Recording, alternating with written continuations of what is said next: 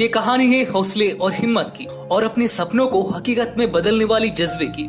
ये कहानी है 1862 लंदन के एक शहर वुल्वरहैम्पटन की, जहां पर हम मूवी के female lead character Amelia rain को देखते हैं, जिसे अपने सफर के दौरान अतीत की कुछ भयानक बातें याद आती हैं, जिसके चलते उसकी तबीयत बहुत ही बिगड़ जाती है। ये देखकर उसकी बहन एंटोनिया सफर को रोकने के लिए हिदायत देती है। दूसरी तरफ हम मूवी के male lead character James glacier को देखते हैं, जो कि एक साइंटिस्ट होता है। वो आज अपने पार्टनर के साथ दुनिया के सबसे बड़े एयर बलून में बैठकर 23,000 फीट की वर्ल्ड रिकॉर्ड को तोड़ने के लिए तैयार हो रहा था। इस बीच उसका दोस्त जॉन उसे खराब मौसम के इशारा करते हुए उस उड़ान को रोकने की सलाह देता है। तभी एक आदमी को हम उनके तरफ आते हुए देखते हैं, जो कि उस बैलून का मालिक होता है और उसका नाम नेट चेम्बर्स था। वो उन दोनों से उड़ान में हो रही देरी का रीजन पूछता है। तभी जॉन उसे खराब मौसम के बारे में बताता है, लेकिन उसके बावजूद चेम्बर्स उनको कहता है कि उन्होंने उड़ान नहीं भरा तो उसके पैसे के साथ साथ वहाँ पर मौजूद हजारों लोगों की हिम्मत टूट जाएगी। पर जेम्स उसे भरोसा दिलाता है कि वो हर हाल में इस उड़ान को पूरा करेगा। तभी उन्हें दर्शकों की बहुत बड़ी शोर सुनाई देती है और हम एक बार फिर से अमेलिया को देखते हैं। उसके आते ही सारे ऑडियंस तालियों से उसका अभिवादन करते हैं। दोस्तों, दरअसल अमेलिया एक एंटरटेनर होने के साथ साथ एक लेडी एरोनॉट भी होती है और वही उस एयर बैलून का पायलट भी थी। दरअसल जेम्स अमेलिया के साथ ही 23,000 फीट की वर्ल्ड रिकॉर्ड को तोड़ने वाला था। अमेलिया उस उड़ान पर अपने साथ अपने कुत्ते को भी लेकर जा रही थी। इसे देखकर जेम्स उसे ऐसा करने से मना करता है, लेकिन वो उसकी बातों को अनसुना करते हुए लोगों को एंटरटेन करने में लग जाती है, जिसे देख वहाँ मौजूद सभी लोग उन दोनों का हौसला बढ़ाते हुए नजर आते हैं। जहाँ इसी बीच अमेलिया की नजर एक शख्स पर जाती है, जिसे देखकर वो पल भर के लिए सहम जाती है, लेकिन दूसरे ही पल उसे अनदेखा कर जेम्स के साथ उड़ान भरने के लिए तैयार हो जाती है। लोगों की तालियों की गूंज से वो अपनी सफर का शुरुआत करते हैं और देखते ही देखते वो धरती का आंचल छोड़ आसमान की तरफ बढ़ते हुए दिखाई देते हैं, जहां धरती से कुछ दूर ऊपर जाने के बाद ही अमेलिया अपनी कर्तव्य से लोगों को एंटरटेन कर रही थी और लोग ही उसके कर्तव्य को एंजॉय कर रहे थे। तभी अमेलिया जेम्स से अपने कुत्ते को ऊपर देने की मांग करती है, लेकिन जेम्स उसे ऐसा करने से मना करता है। पर अमेलिया के फोर्स करने पर वो आखिर में उस कुत्ते को अमेलिया के हाथ में सौंप देता है और हम देखते हैं कि वो उस कुत्ते को नीचे गिरा देती है, जिसे देख सब लोगों की सांसें थम जाती है। वो लोग चौंक जाते हैं, लेकिन कुछ ही देर में कुत्ते की पीठ पर बंधा हुआ पैराशूट खुल जाता है, जिसे देख पूरा स्टेडियम तालियों की साउंड से गूंज उठता है। अमेलिया की ये कारनामा देख ऑडियंस के साथ साथ जेम्स भी एक राहत की सांस लेता है और इस तरह देखते ही देखते वो 1100 फीट के ऊपर की ऊंचाई को छू लेते हैं, जहां जेम्स खुद को शहर के इतने ऊपर उड़ता हुआ देख पहली बार खुद को आजाद पंछी की तरह महसूस कर रहा होता है। और उसके चेहरे के एक्सप्रेशन को देखकर अमेलिया उसे कहती है कि ये दुनिया इसी तरह से एंटरटेन होना पसंद करती है, जहाँ पापी पेट के चलते मुझे अक्सर ऐसे तमाशे दिखाने पड़ते हैं। लेकिन जेम्स एक साइंटिस्ट होने की वजह से अमेलिया की बातों को बेतुकी समझता है, जिसे देख अमेलिया उसे ताना देते हुए कहती है कि उनके इस सफर का पूरा खर्चा नीचे बैठे हुए उन्हीं लोगों से जुटाया गया है, ना कि उसकी किसी खोज की वजह से। ये सुनने के बाद जेम्स को पहली बार अमेलिया की काम की इम्पोर्टेंस समझ में आती है और इसी बीच जेम्स की नजर अपने साइंस इंस्टीट्यूट पर जाती है,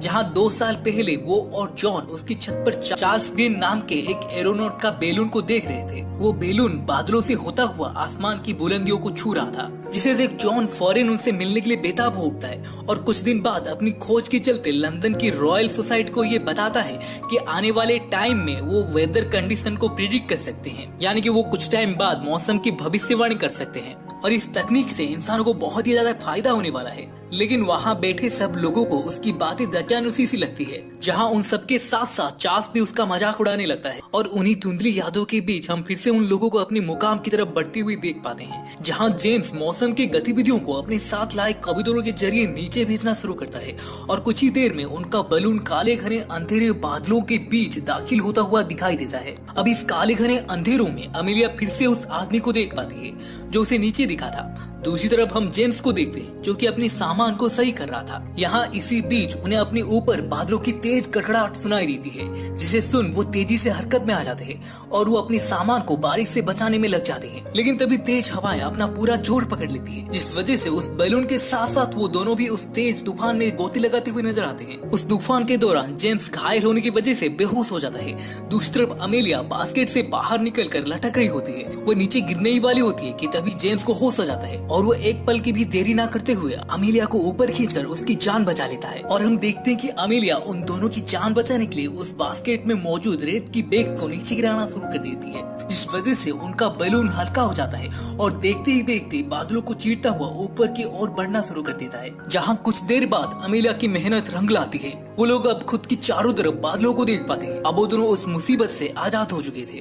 वो दोनों खुशी के मारे एक राहत की सांस लेते हैं। जहाँ इसी बीच जेम्स बादलों के ऊपर उस बलून की परछाई को देखकर पहली बार एहसास करता है कि वो नीचे बसी दुनिया की बेतुके नियम और दिखावों से कहीं ज्यादा ऊपर आ चुका है। और तभी वो अपनी मन की भड़ास को जोर जोर से चीखकर बाहर निकालता है। वो अपनी खुशी को जाहिर करता है। जेम्स की देखा देखी अमेलिया भी ठीक उसी की तरह अपनी खुशी को जाहिर करती है। और हम देखते हैं कि अमेलिया फिर से अपनी यादों में कहीं गुम हो जाती है, जहां हम उसे अपने पति के गुजर जाने की गम में उदास बैठा हुआ देख पाते हैं। उसकी ये हालत देखकर उसकी छोटी बहन उसे एक पार्टी में लेकर जाती है और उसी पार्टी में अमेलिया जेम्स से मिलती है, जो उसे अपने सपनों के बारे में बताता है और अमेलिया को अपनी मदद करने के लिए रिक्वेस्ट करता है। इसके बाद हम देख पाते हैं कि अमेलिया जेम्स की सोच से बहुत ही इम्प्रेस हो जाती है और वो नेक्स्ट डे से उस बलून को बनाने में जुट जाती है। जहाँ इसी बीच उनकी बैलून धीरे धीरे अपनी मंजिल की तरफ बढ़ रही होती है। उन बादलों के बीच में से एक तितलियों की झुंड अमेलिया को उसकी यादों से बाहर निकालते हुए उसके चेहरे पर एक अलग ही खुशी लेकर आती है। और हम देखते हैं कि वो पहली बार अपने पति को याद करते हुए उसका जिक्र जेम्स के सामने करती है, जहाँ वो जेम्स को बताती है कि उसके पति का सबसे बड़ा खूबी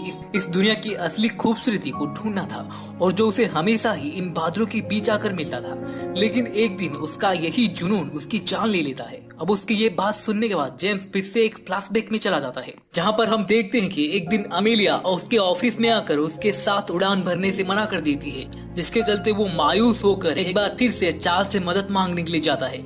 लेकिन चार्ल्स बजाय उसकी मदद करने की उसकी मजाक उड़ाता है और कहता है कि क्या तुम इतनी ऊंचाई पर जिंदा रह पाओगे। इसी बीच उसे अमेलिया की एक आवाज सुनाई देती है और हम देखते हैं कि वो दोनों 23,000 फीट की ऊंचाई को पार करते हुए चार्ल्स की वर्ल्ड रिकॉर्ड को तोड़ डालते हैं। ये सब देखने के बाद वो दोनों बहुत ही खुश हो जाते हैं और जेम्स अपनी कामयाबी की खबर उस घमंडी चार्ल्स को कबूतर के जरिए भेजते हुए दिखाई देता है। लेकिन उसी बीच अमेलिया की नजर ठंड पड़ रही हवाओं की तरफ जाता है और वो वरीड हो जाती है और नीचे जाने की फैसला करती है। लेकिन जेम्स उसे मना करते हुए बैलून को ऊपर ले जाने की जिद करता है, मगर अमेलिया उसकी बातों से एग्री नहीं करती और उसे कहती है कि उनका ऐसा करना उनकी जान पर बना सकती है। पर जेम्स के मनाने पर अमेलिया वहाँ से ऊपर जाने के लिए मान जाती है। हमें फिर से एक फ्लैशबैक दिखाया जाता है, जहाँ पर हम देखते हैं कि जब अमेलिया बैलून को उड़ाने के लिए मना करती है, तब जेम्स का साथी जॉन उसे मनाने के लिए वहाँ पर आया था। वो उसे एक किताब देता है और उसे जेम्स के नए वर्ल्ड रिकॉर्ड बनाने की अधूरे सपने के बारे में बताता है। जेम्स की और उसके पति की सपने सेम होने के कारण वो जेम्स की मदद करने के लिए मान जाती है। इस बीच वो आसमान को निहार रही थी, तभी अचानक उसकी नजर बैलून पर जमी हुई बर्फ की तरफ जाती है, जिसे देखने के बाद उसका ध्यान जेम्स की पैरामीटर पर जाता है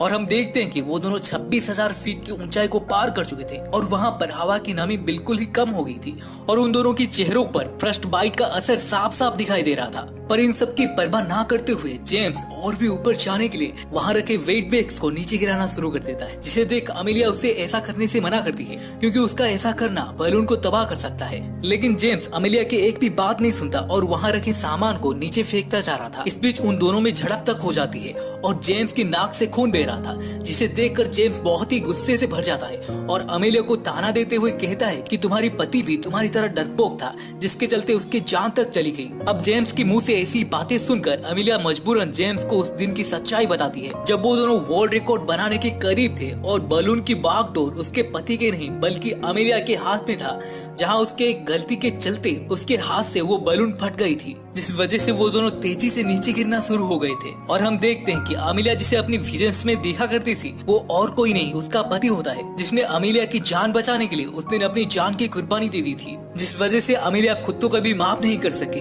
अब उसकी सच्चाई जानने के बाद जेन उसे शर्मिंदा होकर माफी मांगता है और दोनों नीचे जाने का फैसला करते हैं। लेकिन तभी अमेलिया की नजर ठंड के कारण फ्रीज हो चुकी गैस बैलून की टॉप पर जाती है। वो उसे खोलने की काफी कोशिश करती है पर वो नहीं खुलता। वहीं दूसरी तरफ हम जेम्स को देखते हैं, जहाँ बढ़ती हुई ठंड के कारण वो हाइपोक्सिया का शिकार हो गया था। इसके बाद अमेलिया अपनी जान की परवाह ना करते हुए जेम्स की जान बचाने के लिए बैलून के ऊपर चढ़ना शुरू करती है। वो वहाँ पर कुछ मुश्किलों का सामना करती है, जहाँ देखते ही देखते वो कुछ ही पलों में बैलून की टॉप पर पहुँच जाती है और वो अपनी जूते की मदद से बैलून की होल को खोलने में कामयाब हो जाती है। लेकिन ठंड के कारण वो वहीं पर बेहोश होकर नीचे गिर जाती है। 36,000 फीट की ऊंचाई पर पहुंचने के बाद उनका बैलून भी धीरे धीरे नीचे खिसकना शुरू हो जाता है और हम देखते हैं कि बेहोश पड़ी अमेलिया भी फिसलती हुई नीचे गिर जाती है।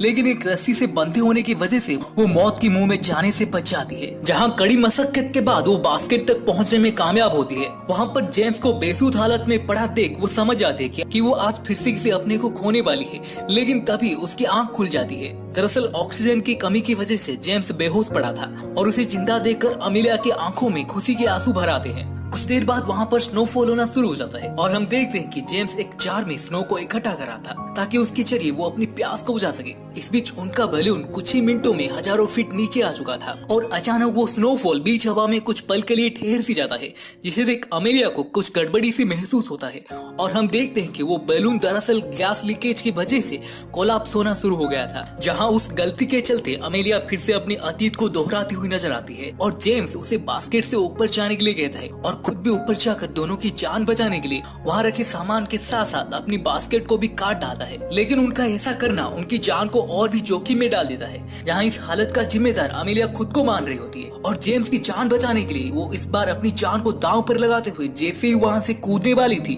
तभी अचानक पीछे से जेम्स चिल्ला उठता है और एक पल की भी देरी न करते हुए वहाँ लगी हुई बैलून की रस्सियों को वो काट डालता है कि बूम, वो सारा बैलून एक विशालकाय पैराशूट में बदल जाता है और देखते ही देखते वो कुछ ही पलों में नीचे पहुंचने में सफल हो जाते हैं। वो कुछ हद तक घायल हो जाते हैं पर वो जिंदा थे, जहां इन दोनों का कारनामा उनकी जिंदगी के साथ साथ आने वाले वक्त को भी बदल कर रख देता है। और हम देखते हैं कि जो लोग कल तक जेम्स का मजाक उड़ा रहे थे वही लोग आज उसके सम्मान में तालियां बजाते हुए नजर आते हैं। अब एक आखिरी बार हम फिर से उन दोनों को एक नई उम्मीद के साथ अपनी अगली मंजिल की ओर उड़ान भरते हुए देख पाते हैं और इसी के साथ ही ये मूवी